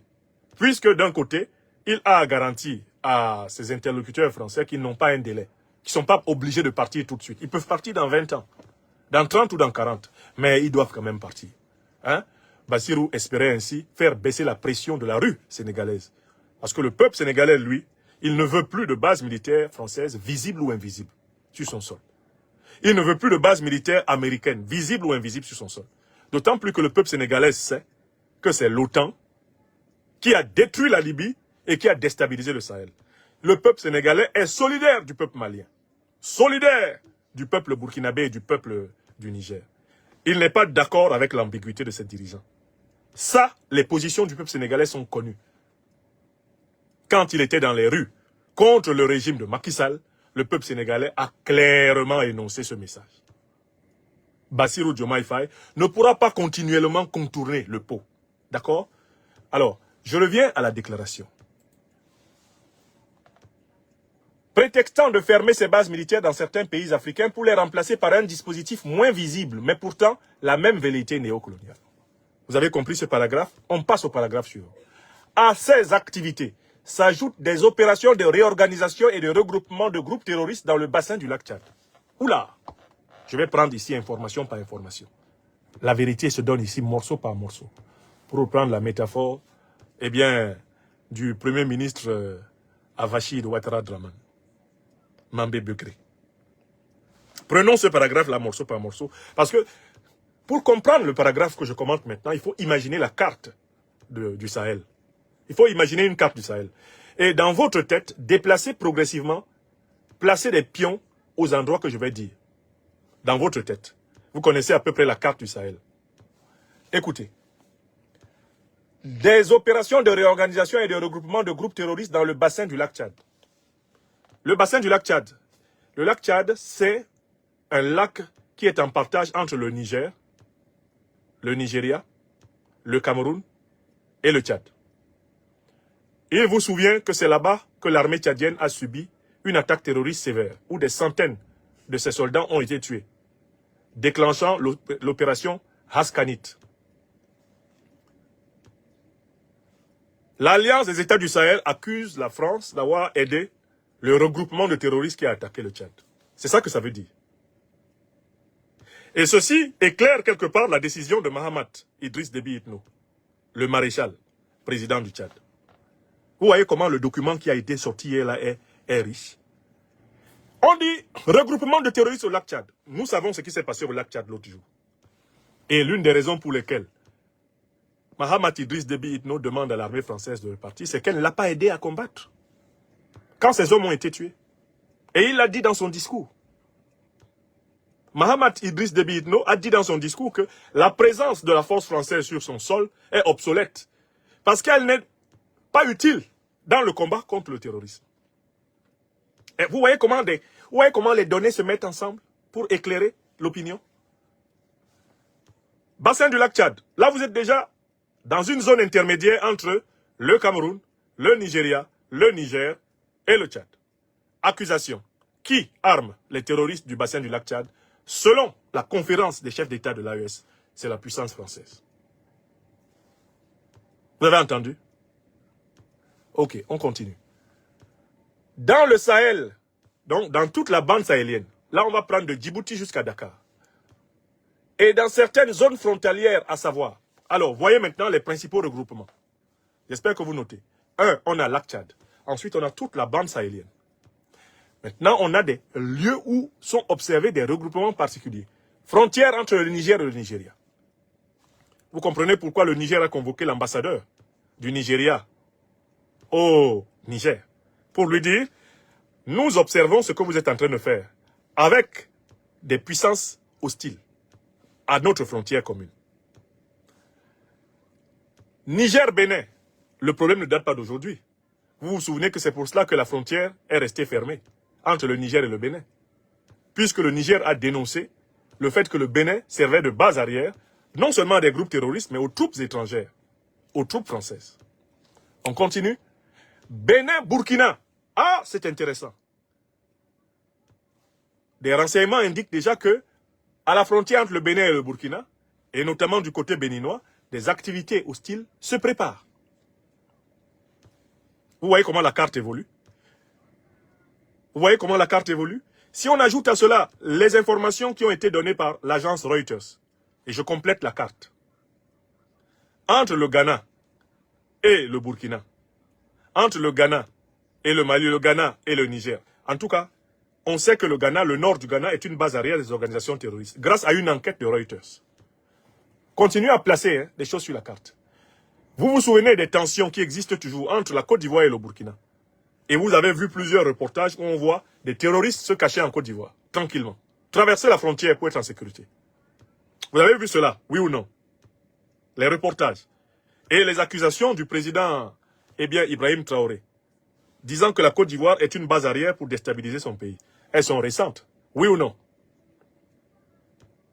Il y a eu des accusations de cette nature envers la Mauritanie. Oui ou non? Partant du Mali. Le Sénégal n'a-t-il pas, encore aujourd'hui, en son sein, l'ambassadeur d'Ukraine qui a assumé d'avoir organisé l'attaque terroriste de Tinzaouaten avec Al-Qaïda et l'État islamique? Le Sénégal. Vous êtes au courant de ce qui se dit à propos de l'Algérie? Vous savez que l'Algérie est la base arrière des organisations terroristes qui attaquent le Mali, le Burkina, le Niger? Oui ou non? Oui, vous savez. Si vous avez suivi, si vous avez posé à chaque fois dans votre carte mentale, si vous avez posé des points sur la carte de l'Afrique, vous vous rendez compte que quoi?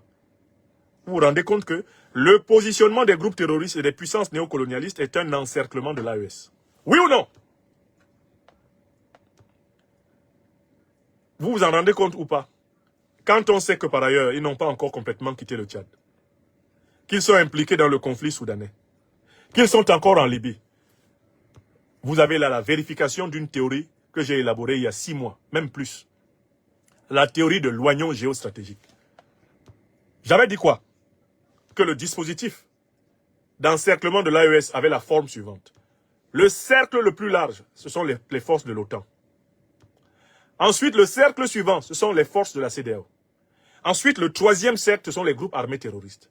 Le cercle otanien soutient les forces de la CEDEAO qui soutiennent les groupes terroristes. Je l'avais dit ou pas? Vous vous souvenez de la doctrine de l'oignon stratégique, géostratégique? La conférence existe. Elle est disponible sur Facebook et YouTube. Si vous tapez l'oignon géostratégique, j'avais même fait un dessin.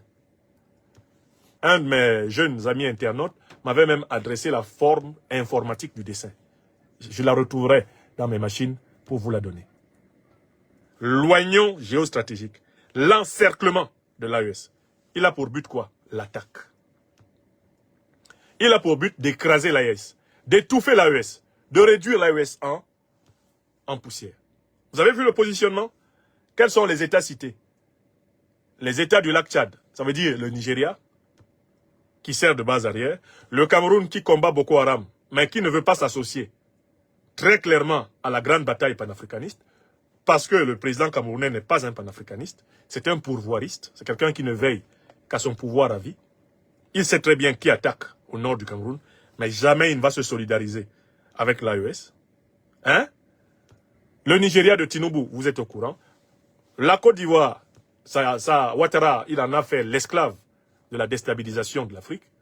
Tant qu'il sera au pouvoir en Côte d'Ivoire, la Côte d'Ivoire servira de base arrière pour attaquer l'AES. Le Nigeria, le Bénin s'est ouvertement positionné ainsi. La Guinée reste dans une ambiguïté relativement tolérable. Vous connaissez la position de la Guinée-Bissau, vous connaissez l'ambiguïté du Sénégal, l'ambiguïté de la Mauritanie, et vous connaissez l'hostilité de l'Algérie. La boucle est bouclée. Ils sont en train de renforcer le grand cercle de leurs troupes autour de l'AES pour pouvoir lui porter une estocade. Ceux-ci reçoivent de la part d'États étrangers des appuis divers, notamment financiers et des moyens logistiques visant à déstabiliser l'AES. Alors, vous pourriez me demander, mais comment l'AES fait-elle pour voir tout cela? La réponse est directe. L'AES dispose désormais du renseignement aérien, le plus fiable, à savoir les satellites russes. L'AES tout entière a signé une convention en attendant la construction de ses propres satellites pour recevoir l'information satellitaire russe en temps et heure, ce qu'elle n'avait pas, tant qu'elle coopérait avec l'OTAN. L'OTAN choisissait quel renseignement donner à l'AES. Avec la Russie, les satellites russes informent en H24. Ils informent en permanence les dirigeants du Mali, du Burkina et du Niger. Il n'y a aucun grand mouvement au sol qui leur échappe. Vous avez compris? Donc quand l'AES parle, quand elle donne les positions, lac Tchad, frontière Niger-Nigeria, frontière Niger-Bénin, frontière Niger-Burkina, frontière Bénin-Burkina, les grands stratèges de l'AES possèdent les photos. Ils possèdent les films. Et actuellement, leurs caméras seront braquées sur ces positions. Vous avez compris? C'est sur la base de cette information scientifique que les dirigeants ouest-africains de la Confédération des États du Sahel s'expriment. Ils bénéficient désormais du renseignement aérien grâce au contrat qui a été signé avec la Russie. Selon ce contrat, en attendant la délivrance des 3 satellites achetés par l'AES, la Russie assure le renseignement radar de ces pays en temps et heure. C'est ce que le contrat dit. Donc, il ne faut pas penser qu'au Mali aujourd'hui, au Burkina ou au Niger, on ait besoin d'attendre la bienveillance d'une quelconque force occidentale pour avoir un renseignement aérien précis. Le renseignement est assuré. D'où l'efficacité de la guerre de drones menée par ces pays contre les groupes terroristes. C'est une guerre de drones redoutablement efficace. La reconquête de Kidal n'eût pas été possible. Les grandes victoires antiterroristes n'eussent pas été possibles sans la qualité du renseignement aérien de l'Alliance des États du Sahel. Elle a donc tous les moyens de savoir que l'organisation des troupes et des groupes terroristes qui est observée à ses frontières n'est pas ordinaire. C'est une organisation extraordinaire. Le niveau de concentration des moyens logistiques, le niveau de concentration des moyens financiers, le niveau de concentration des moyens humains a passé un certain seuil où on sait qu'ils se préparent à passer à l'attaque. C'est pour ça qu'ils se sont donnés 6 mois. Les 6 mois qu'ils se sont donnés sont en fait 6 mois d'opération militaire pour tenter de renverser simultanément Goïta, Tiani et Traoré. Écrivez ça. Vous avez compris? Est-ce que vous avez compris? D'où les décisions qui viennent dans le grand dernier paragraphe. Les 3 grandes décisions qui vont être prises. Les voici. Face à la gravité de ces faits, ce sont des faits, le collège des chefs d'État de la Confédération 1 a décidé de mettre les forces de défense et de sécurité en état d'alerte maximale. Ça veut dire qu'en fait, l'AES est prête à la guerre contre la CEDEAO. C'est ce que signifie la première décision. Si des troupes font mouvement d'un pays de la CEDEAO vers un pays de l'AES, le pays de l'AES considère ce pays de la CEDEAO comme lui ayant engagé la guerre. Et il va lui répondre comme tel. Alerte maximale. Tout pays de la CEDEAO qui va servir de base arrière pour attaquer l'AES a déclaré la guerre à l'AES. C'est ça que ça veut dire. Donc, Tinubu n'a qu'à bien surveiller ses frontières. Vous partez du Nigeria pour attaquer le Niger, vous avez attaqué l'AES. L'AES vous pourchasse. À volonté. Vous partez de la Côte d'Ivoire pour attaquer le Niger, le Mali, le Burkina. Le Niger, le Mali, le Burkina considèrent que vous les avez attaqués. Ils vous pourchassent à volonté. Vous partez du Bénin pour entrer au Niger et attaquer le Niger. Le Niger vous pourchasse à volonté. C'est ça le message. Vous partez du Sénégal pour attaquer le Mali, le Burkina ou le Niger. Ils vous pourchassent. Voilà la vérité. Voilà la vérité. Voilà la vérité. Qui d'autre trouble la classe? Est-ce que Vincent est encore là? Ça m'étonnerait. Je crois que je l'ai bloqué. S'il est encore là, je vais le faire partir. Donnez-moi juste une seconde. Bon, je crois qu'il n'est plus là. Quelqu'un l'a remplacé. Voilà, il a été bloqué. Ok, c'est bon. Alors, il faut que vous compreniez bien le premier point. L'alerte maximale signifie que face à cette agression donc organisée par la CEDEAO, la réplique, c'est une contre-attaque. C'est la contre-offensive qui est prête. Deuxième décision, décide de faire de l'espace confédéral un théâtre unique d'opérations militaires coexistant avec les théâtres militaires nationaux en cours. C'est-à-dire que les trois armées vont se défendre ensemble. Il n'y a plus de séparation militaire entre le Mali, le Burkina et le Niger. C'est le même espace militaire. Les trois armées agissent ensemble partout, sur tout le territoire de l'AES. C'est-à-dire qu'il y a des opérations dans telle zone du Burkina qui peuvent être menées plus efficacement par l'armée nigérienne. C'est l'armée nigérienne qui va y aller. Il y a des opérations dans telle zone du Niger qui peuvent être menées plus efficacement par l'armée malienne. C'est l'armée malienne qui va y aller. Il y a des opérations dans telle zone du Mali qui peuvent être mieux menées par l'armée nigérienne. C'est l'armée nigérienne qui y va. Vous avez compris? La mutualisation. L'interpénétration des corps de défense. Ça, c'est une très grande nouvelle. C'est une nouvelle montée en puissance. En fait, on est en train de rater l'unification de l'armée de l'AES. La fédération de l'AES va naître par l'armée. Comme l'alliance des États du Sahel est née d'abord sous la forme d'une alliance de sécurité. Oui, il va falloir se défendre ensemble. Il va falloir joindre les lances pour protéger l'Afrique. C'est ce qui a été décidé. Un théâtre unique d'opérations militaires. C'est-à-dire que les trois armées combattent dans tout le territoire de l'AES, sans restriction de frontières. L'armée malienne, quand elle commence à pourchasser un ennemi qui essaie de fuir dans le territoire burkinabé, elle va jusqu'au bout de l'action. Même si c'est 250 km dedans, elle va. Jusqu'à ce que, en bonne entente avec le Burkina ou le Mali, il y ait du relais. Donc ceux qui croyaient qu'ils peuvent fuir au Burkina après avoir attaqué au Niger, ils savent qu'ils ne pourront plus. Ceux qui peuvent fuir au Mali après avoir attaqué au Burkina, ils savent qu'ils ne pourront plus.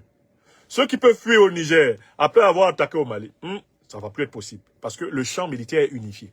Il s'agit donc de prendre les terroristes dans un encerclement stratégique à l'intérieur de l'espace. Troisième décision.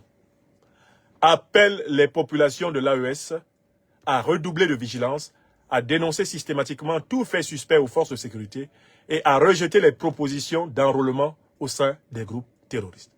Là, il s'agit d'un appel à l'union entre les peuples, les armées et les chefs. C'est l'appel traditionnel dans une situation d'urgence et bien de guerre. Le Collège des chefs d'État réitère son engagement à poursuivre avec détermination le combat du peuple de l'AES pour sa souveraineté véritable et sa dignité. Fait à Bamako le 22 décembre 2024, le général d'armée Assimi Goïta, président de la transition, chef de l'État de la République du Mali, président de la Confédération des États du Sahel, AES. Vous avez compris que cette déclaration montre qu'à la tête du Mali, du Burkina et du Niger, il y a des hommes et des femmes qui ont une connaissance précise de la nature de la déstabilisation et qui ont une conscience aiguë de leurs responsabilités et qui vont les assumer, leurs responsabilités. Je crois que c'est clair pour tout le monde maintenant. Et en analysant cette déclaration, paragraphe par paragraphe, je voulais vraiment amener chacune et chacun à ne pas en négliger la quintessence, l'enseignement pour notre peuple. Je vous remercie d'avoir massivement suivi cet exposé. Je vous remercie de l'avoir massivement partagé et je vous remercie de le compléter par vos lumières, car le savoir est une collecte dans laquelle chacun apporte sa part. Je salue une fois de plus les armées du Mali, du Burkina et du Niger, les armées donc de la Confédération. Je leur dis ma solidarité et j'appelle toutes les Africaines et tous les Africains du monde entier à manifester leur solidarité envers le Mali, le Burkina, le Niger, la Confédération de l'Alliance du Sahel, qui est menacée parce qu'en fait, on veut l'empêcher de lancer la nouvelle monnaie Sahel l'année prochaine. Derrière tout cela, c'est la décision d'aller à l'émancipation monétaire financière qui rend les néocolonialistes fous parce qu'ils vont perdre leur péage, leur immense escroquerie va prendre fin. Un nouveau chapitre de souveraineté, le chapitre financier monétaire, va s'effondrer. C'est pour anticiper là-dessus qu'ils mettent la CEDEAO sur pied de guerre contre l'AES. Mais le temps dans lequel nous sommes est celui de l'émancipation africaine. Ma conviction est qu'en effet, ils perdront. Ils perdront. Veuillez tout simplement vous abonner et activer la cloche de notification pour ne rien rater. Retrouvez KDV Africa sur YouTube, Facebook, TikTok.